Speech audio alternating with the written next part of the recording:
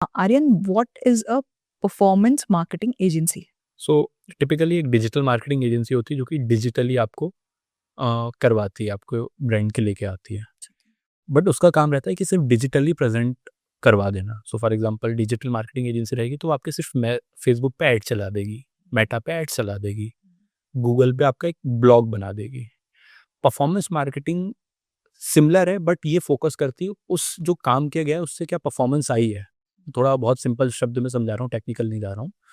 तो अगर मैंने आज मेटा एड्स रन करे हैं तो इसमें परफॉर्मेंस क्या आई, मैं रॉयस लेके आ पाया कि नहीं आ पाया। जो डिजिटल मार्केटिंग एजेंसी रहती है वो बस इनेबल करवाती है आपको डिजिटली, बट परफॉर्मेंस वाली आपको परफॉर्मेंस ला के देती है, जो भी आपने केपीआई या फिर जो भी आपकी एक्सपेक्टेशन है उससे। आर्यन, आपने एक मल्टी क्रोर एजेंसी बनाई है ओवर द इयर्स एंड आपके पास हजारों क्लाइंट्स है, एक्सपीरियंस है। जब आप अभी नए एजेंसी फाउंडर्स को देखते हो, आपको क्या लगता है शुरुआती टाइम में वो लोग क्या चीज़ गलती करते हैं? मेन फोकस बहुत ज़्यादा सेल्स पे हो जाता है। एक एजेंसी जब बिल्ड होती है, एक्चुअल एजेंसी जो हम लोग बोलते हैं, एजेंसी का काम ही कि कितना रिपीट है, कितना रिटेंशन है। सो जब आप बहुत ज़्यादा सेल्स करते हो, क्योंकि आपने रील्स पे देख रखा है कि हाई टिकट सेल्स करनी है, सेल्स करना है, मैंने आज $1000 का क्लाइंट क्लोज करा, 3 लाख का क्लोज करा। सो वो एक इन्फ्लुएंस आता है और उससे आप एजेंसी बिल्ड नहीं करते, आप एक सेल्स गाय बन जाते हो और वहाँ पे आप एजेंसी नहीं बना पाते। सो एसओपीज नहीं बनाना, रिटेंशन सबसे इंपॉर्टेंट है। एजेंसी बिल्ड करना है तो रिटेंशन, भले ही आपके पास 3 क्लाइंट है, क्या वो 3 क्लाइंट एटलीस्ट 6 महीने तक रुकेंगे कि नहीं, मिनिमम, वो सबसे इम्पोर्टेंट। ओके।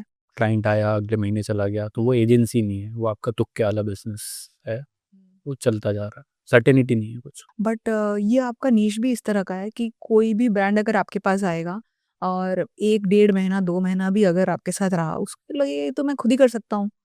ये मैं एक टीम बैठा लूँगा, वो कर देगा, मैं इतना यहाँ क्यों खर्चूँ? वो वापस आ जाते हैं हमारे पास इतना अच्छा, पता नहीं कैसे बोलेंगे कि हम लोग सोशल मीडिया भी मैनेज करते हैं। तो एक एस्ट्रोलॉजर थे, उनका न्यू पेज बनाया, ठीक। ऑलमोस्ट 300-400 फॉलोवर्स थे, उनकी पर्सनल प्राइवेट प्रोफाइल थी, उन्होंने उसको पब्लिक करा, तो न्यू पेज ही मैं उसको कंसिडर करूँगा। उसको हमने 100K पे करा। उनको लगा वही रिपीटेटिव कंटेंट है, टैरो ही तो है, मेरे ही नीश है, मैं ही बताती हूँ, तो उनने वही ट्राई करा। सो उनने डिसकंटिन्यू करा। सो उनके 100K से फॉलोवर 72K पहुँच गए, 3-4 महीने में लूज़ होते गए। फिर वापस आने लग गए वो कि ऑन बोर्ड होना है। बट उसके बीच में उन लोगों ने हमारी टीम को अप्रोच करा कि शायद मैं इससे कर लूँ, वो कर लूँ, तो वो एथिक्स वाली बात आ गई, तो फिर हम लोगों ने वापस बोर्ड नहीं करा।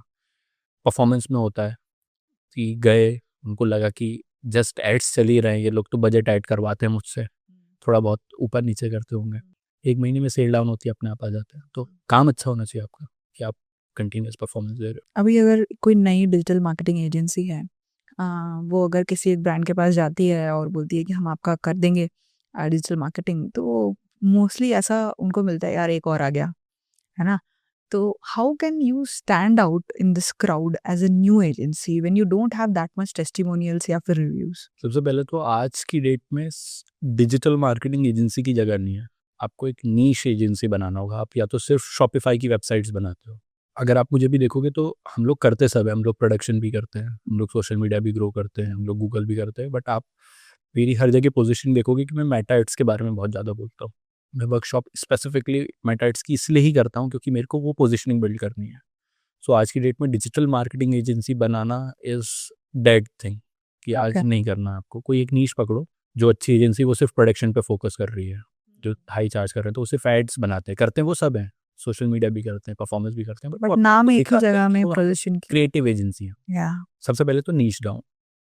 दूसरा, अगर नए हैं तो आप रिजल्ट्स कैसे लेके आएंगे, वो कैसे लाएंगे, तो इसमें आपको बड़ा सिंपल रहता है। या तो आप अपने नॉलेज को इतना अच्छा कर लो, अपनी विजिबिलिटी बहुत अच्छी बना दो, पर्सनल ब्रांडिंग बहुत अच्छी कर लो कि आपके पास आपका नॉलेज देख के लोग आपसे पूछे ही नहीं।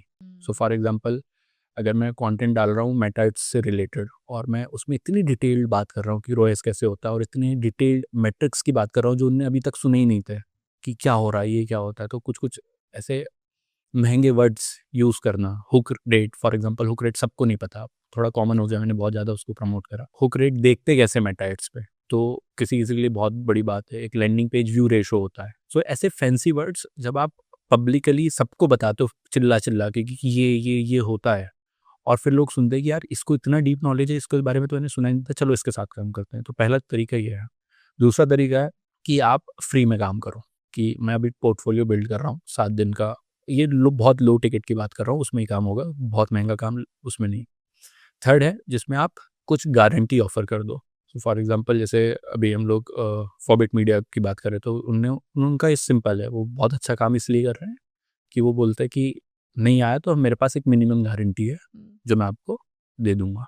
तो अब तो उनके पास टेस्टिमोनियल्स भी बहुत सारे हो गए। जब चालू करा तो सबसे पहले उनका आए यही बोला ही है उनने कि गारंटी है। तो ये 3 तरीके हैं जिस पे आप फोकस कर सकते हो। And then you can start by फिर वो स्केल हो जाएगा, फॉर टेस्टिमोनियल्स आएंगे, रिजल्ट्स दिखाने लग जाओगे। सो इनिशियली आपके पास फॉर एग्जांपल 10-15 की स्टडी बन गई तो फिर आप मिनिमम गारंटी वर्ड हटा देते हो, या गारंटी वर्ड ही हटा दिया तो आप डायरेक्टली फिर तो है। फॉर एग्जांपल जैसे मैं अपना एजेंसी का बता रहा हूँ, हम लोग 80% डिफरेंट पॉलिसी ऑफर करा करते थे, 20,000 रुपये की हमारी सर्विस हुआ करती थी। आज हम लोग 5 लाख रुपए लेते हैं, तो वो 20,000 में भी 80% देते थे, आज 5 लाख रुपए भी लेते हैं, तब भी कोई वो नहीं है, क्योंकि इतनी सारी केस स्टडीज बिल्ट हुई हैं, इतने ब्रांड्स को बिल्ड कर दिया है, तो अब वो कुछ मांगते ही नहीं। ये तो आपने बताया कि कैसे क्लाइंट्स को आप ऑनबोर्ड कर सकते हो, नए क्लाइंट्स को जब आप नए हो। कैसे क्लाइंट्स को मना कर देना चाहिए स्टार्टिंग में? अगर बहुत न्यू एजेंसी है, जस्ट आपको भी एजेंसी का एक्सपीरियंस ही नहीं, तो आपको किसी को मना नहीं करना।